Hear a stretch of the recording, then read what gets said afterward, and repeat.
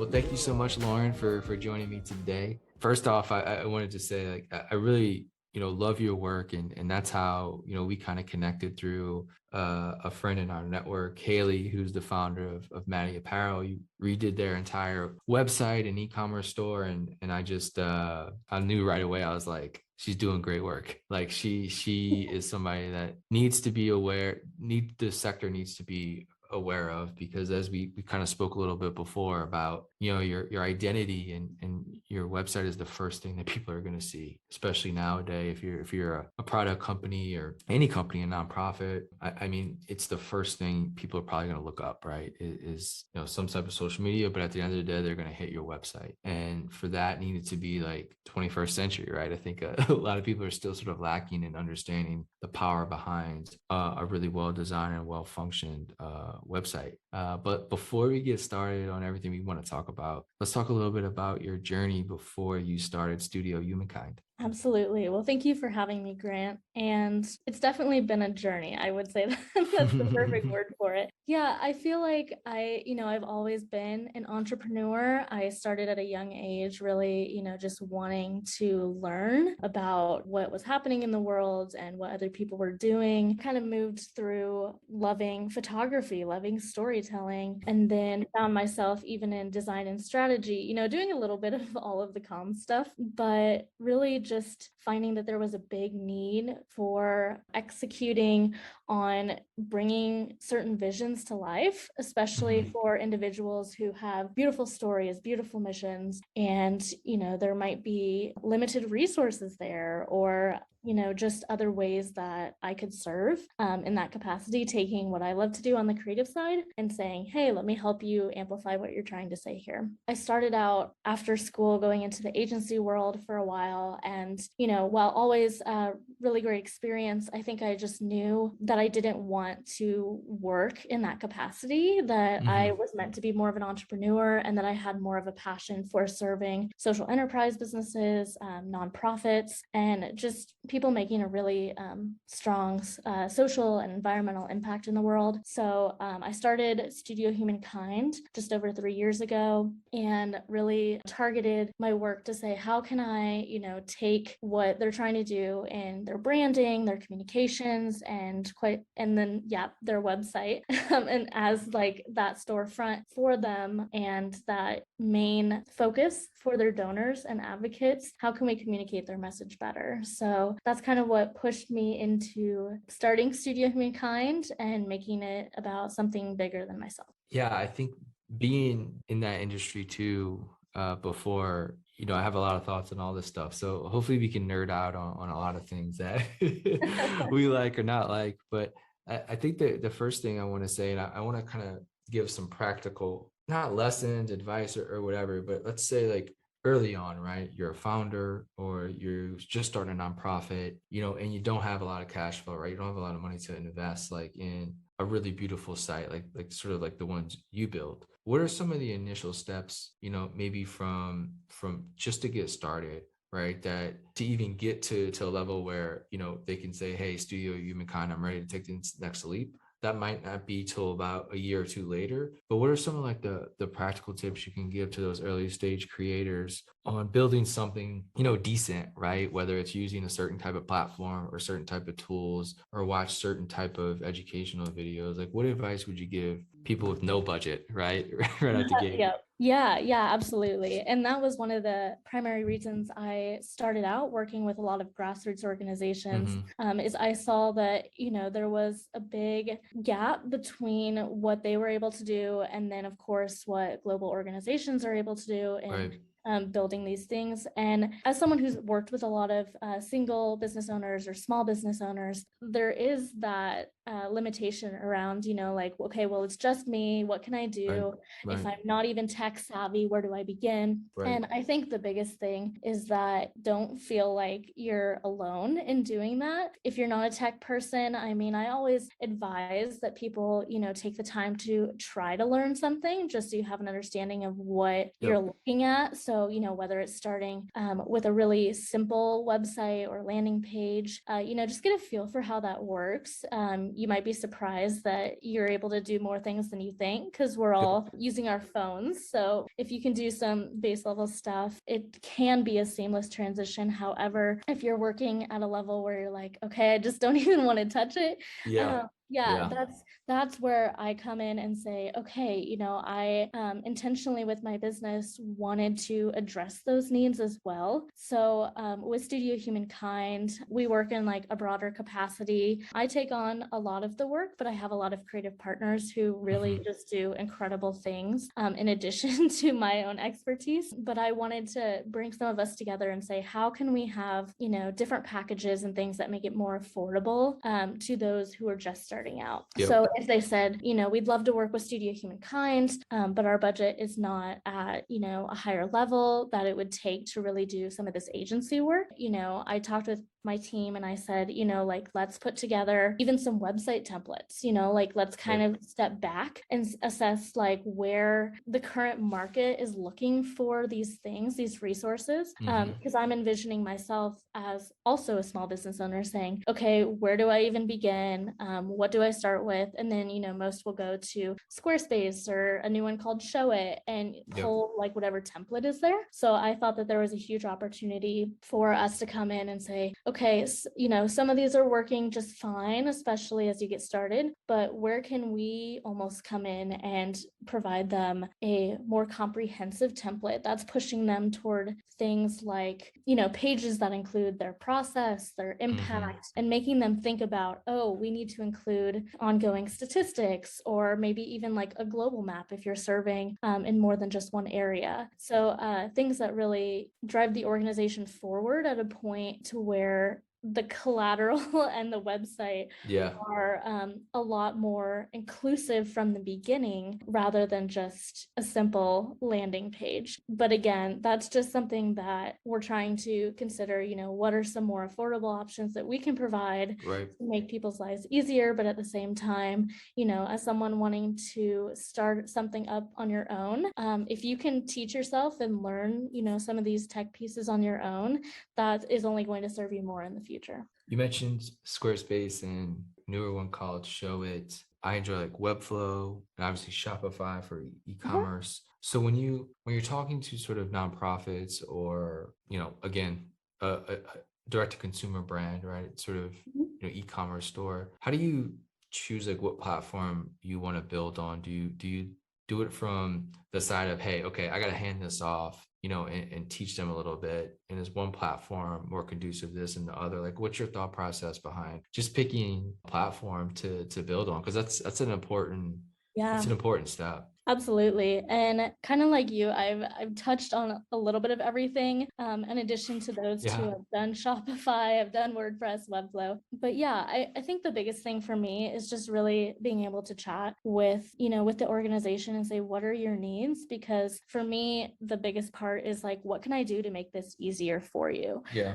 Like if I'm handing this off at the end, I often record like video tutorials to say, here's how you go in and edit and manage and everything, because I want to give that team the opportunity to not have to come back to me all the time. But that being said, yeah, I usually look at what have you used prior? What are some of your goals upcoming to say, like, are you wanting to have a big inclusive like content library or CRM system? Then we might consider Webflow. If you've worked on WordPress, you feel confident in that, you want to keep that, I'm not going to try to push you another way unless it's absolutely needed. And then for companies like the Maddie apparel site I did, she was working on Shopify, and with the amount of inventory she has, it's just perfect to stay with that as well. So just kind of talking through with the companies and saying, what would benefit you most? How would this be easiest on you and your team, and going from there. So the one cool thing about, working with social enterprises and organizations,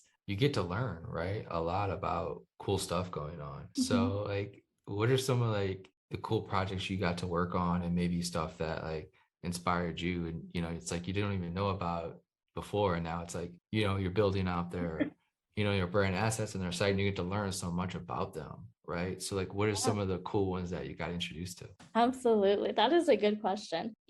I think some of my favorites have been the ones that are a bit at the grassroots level. Hmm. They're trying to figure out even their strategy as much as their creative Right. direction and their web, but being really able to just sit down with them and talk them through like, this is how this is going to work, or this would be most beneficial for you. So, one of my first ever projects was called Walk in Love International, Hmm. and they are based out of Tanzania, and just the sweetest lady I was able to work with.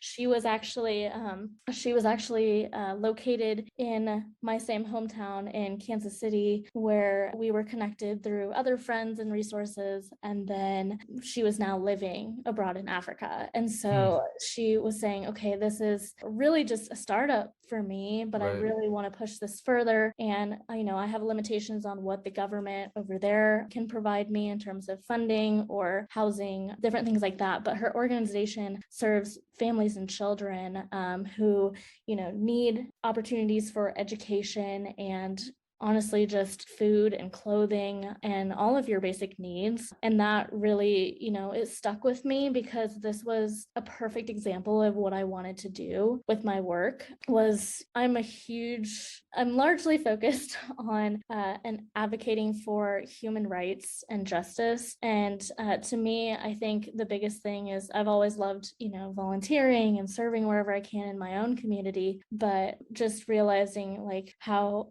fortunate we are in our everyday lives that, Hmm. if I can be of service through my own work to an organization that gives back to people who need even the simplest of things, like that is what makes some of the most impactful difference.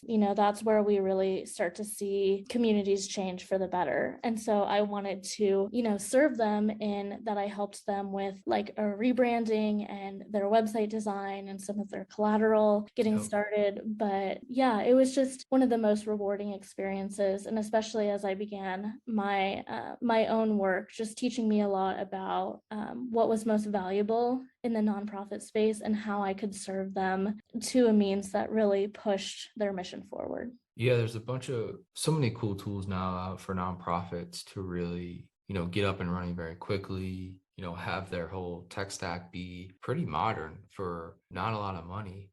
So when you're sort of talking to, nonprofits, what does it look like when you enter that realm? Because that's much different than a business site is probably, they might be a little bit more tech savvy, they might have foundational things set up already. But nonprofits, they have, usually they're pretty lean, right? Like one person is doing a lot, maybe it's two people doing a lot, and the tech side is that's something they just it's a burden, right? Like they have so much different things that they have to work on.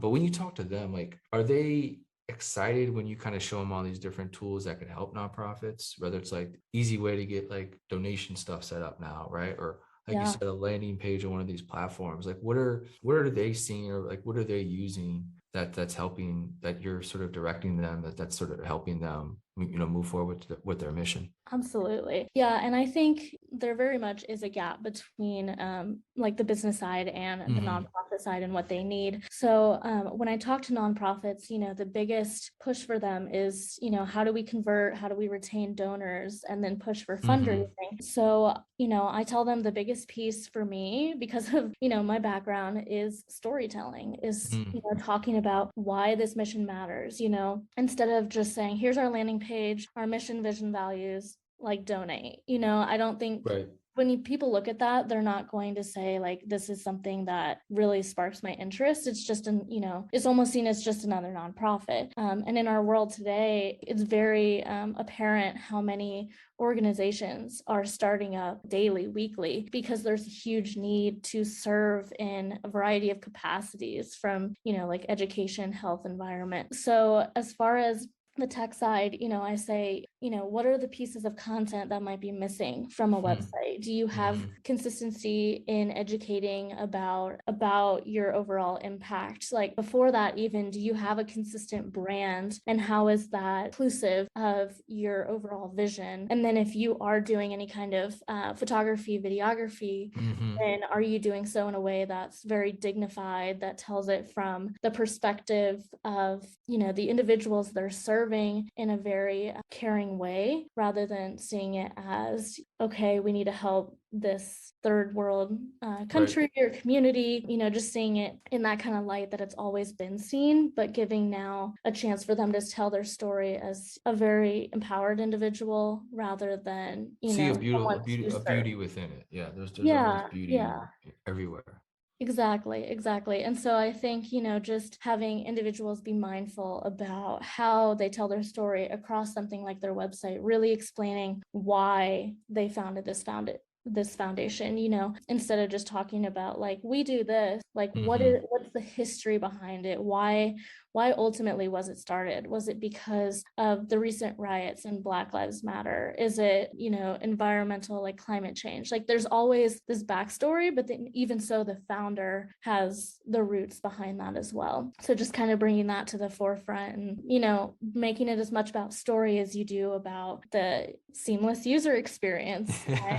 Like having just something that's responsive, that like, that's another piece, like making sure people can view your site on their phones, that it works for mobile. And if you're starting out, that's not exactly something that's on your radar. You might just say, oh, I need something up, like there it is. But really considering that if you're going for donations and credibility and just a little bit of everything, that it works the way it's supposed to. Well, the cool thing about what you get to do is that, you get to deliver like a final product, right? That actually is paramount, right? For an organization or, an impact business. What's it like when you're finished and like they're so happy, right? And they're really excited because it's like this reveal of like, I was waiting for like this show on TV, how to do like the houses and stuff, where it's Yeah. like they reveal like the makeover of the house and it's like totally different. I'm like, they need a show where it's like digitally, like websites, because it's like so similar Yeah. from before and after type of thing, right? But what are some of those like happy like conversations at the end where it's you deliver it to them and it's working, it's functioning, like they're getting great feedback? Like that's a big deal because that's going to move them forward a lot. What are some of those conversations like, at the end?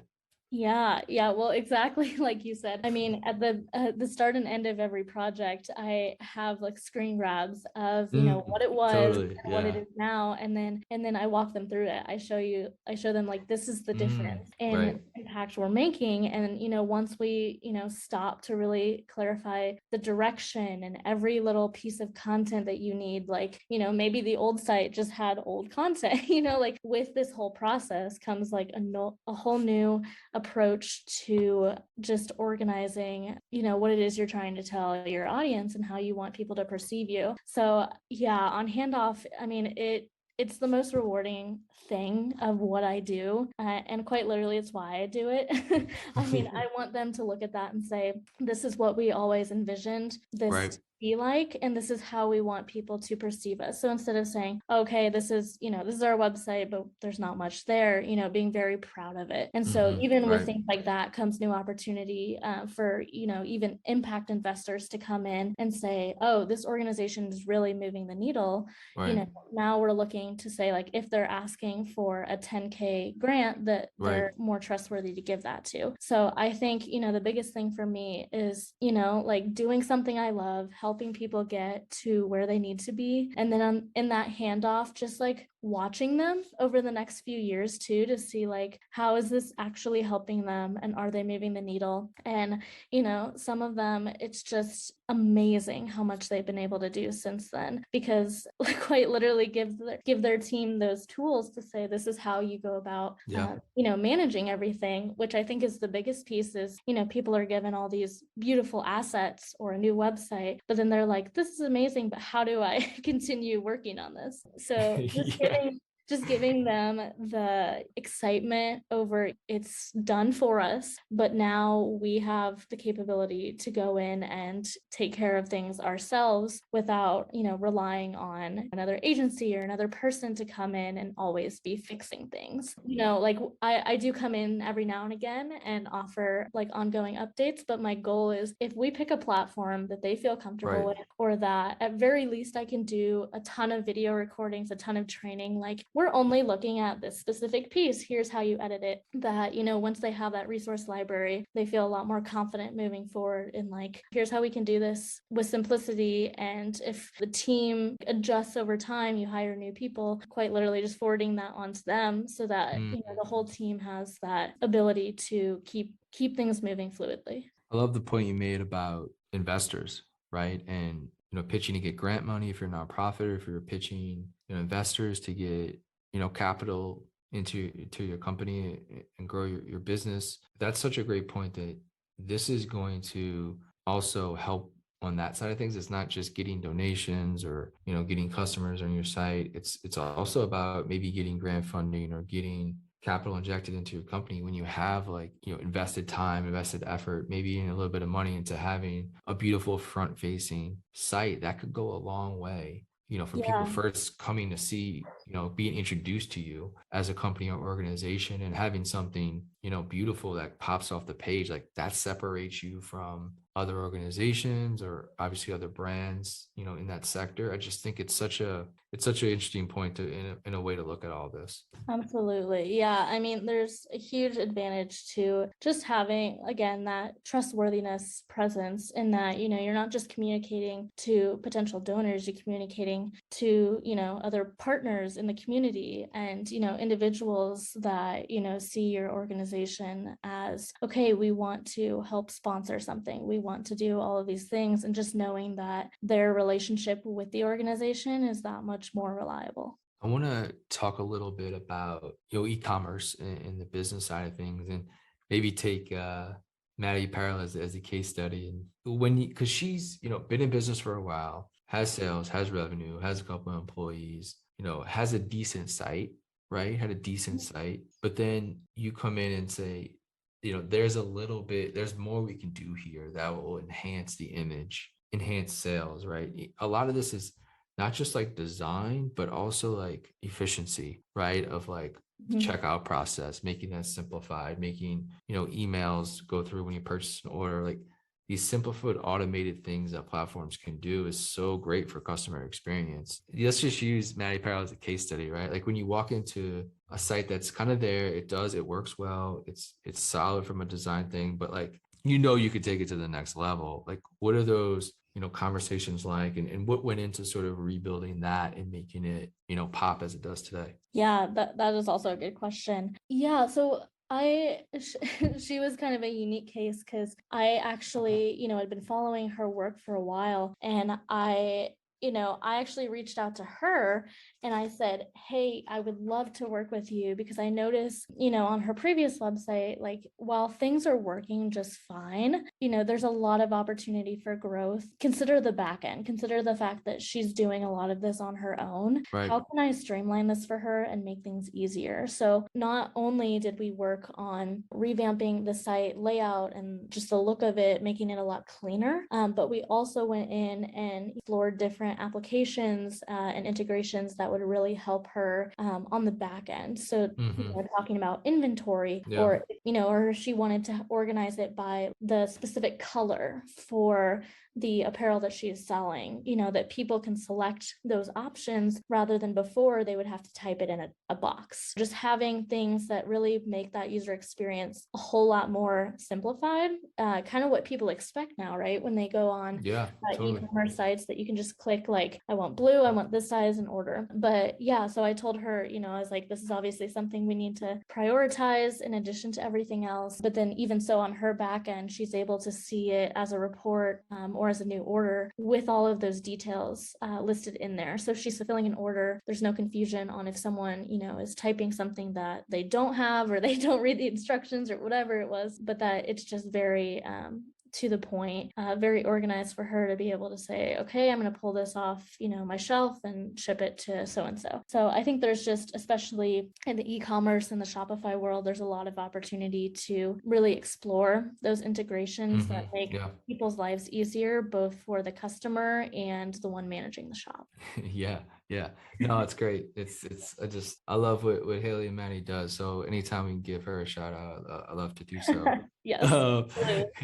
I wanted to change a little bit course here and talk a little bit about for maybe like an early stage designer, right? Or developer, right? That's coming up and say, hey, I kind of want to, start my own little studio, want to be an entrepreneur. I need to try to find and get clients. Like there's so many things that go into it, right? Like what are some of the advice you would give for, people just starting like their own agency or small studio? What's some of the tips you can give them now that you've been in it for a few years? Yeah, and I've been someone who, like I said before, I love learning. So I've Yeah. overdone it a little bit on like taking all of the courses. I love learning. I don't think anyone can ever stop learning, but I think the biggest thing is, stay true to yourself, and knowing what you love to do, and then really going forward with that, but then being mindful of the community and the research you're doing. So as an example, I, before really focusing in on nonprofit and social enterprise, I did do, a little bit of everyone saying like, okay, we need money in the door, like we'll just Right. test it out. But really, I just knew that this was the work that I wanted to do. And so as I clarified that, I realized too in my research that, nonprofits and social enterprise, they have a huge emphasis on accessibility. So that would be another piece that, I'm really looking to in the future and saying like, what are ways that as a business owner, I can innovate something for this organization that does more than just what they expect me to do. And especially in a world where, it's a lot more digital and everyone is using their phones all the time. How can we just make this fit for everyone? For those starting their business, really take the time to do your research, talk with other industry professionals about what they do. Maybe you'll come up with, some other means of approaching your work that really amaze or inspire those that you work with. Well, I usually like to end a little bit on the future, and I know it's wild times these days, and you can never know what to expect. But I think as the social enterprise movement and sector continues to grow and grow, I think more people are going to be trying to fulfill their website needs and all these different aspects of what digital brings to everything. What are some of the sort of the successors or goals that you're looking at maybe the next like 3 to 5 years? In talking about just reaching a wider audience or serving more individuals, my goal for Studio Humankind is to actually, I'm hoping by this summer or fall, to really expand and officially launch a nonprofit website template shop. Right Love now, it. Love it. yep, yep. Right now, I have a few up on my website. I'm in the process of redoing that as well. As a web designer, I change it, all the Yeah, time. you're all Um, but that is one huge thing is I've been, chatting with other individuals, and especially those that are, because of COVID, because of the world we're in now, are seeing this huge opportunity to, even leave their current jobs to start, different organizations, different businesses that create a bigger impact. I see it as a huge opportunity to provide these templates or these resources to really help push them to get started at something that's affordable, something that's easy to learn and understand, to where they can say, oh, okay, like that, is, a lot less in cost than hiring a designer, but I'm getting all of the elements that I need more than just what is currently out on simple WordPress templates or otherwise. Because as someone who's been doing this for a while, I look at those and I go, oh no, like that's not that's not going to serve you the way you need it to. So really just being mindful, and then really diving into some of those categories and making them super specific. So even when I say nonprofit site shop, considering the fact that like, okay, this one is for ocean conservation, this one is Love for it. a hospital, this one's Love for, it. Yep. and just having all of those really specific organizations ready to go. So if someone's looking for that, they're not stuck with a generic template. They're like, this is made for me. I'm ready to use this. So that is like one of my biggest, most That's a exciting big goal. things. Yeah, that's a big goal. But it's so needed though. That's a great hole in the Yeah. market to fill. I love Yeah. that. Well, thank you so much, Lauren, for taking the time. Best of luck in 2022. Best of luck to all of us. So, Thanks. but seriously, best of luck for the next decade to come and your endeavors and all your goals that you want to accomplish. So I appreciate you taking the time. Thank you, Grant. I appreciate it.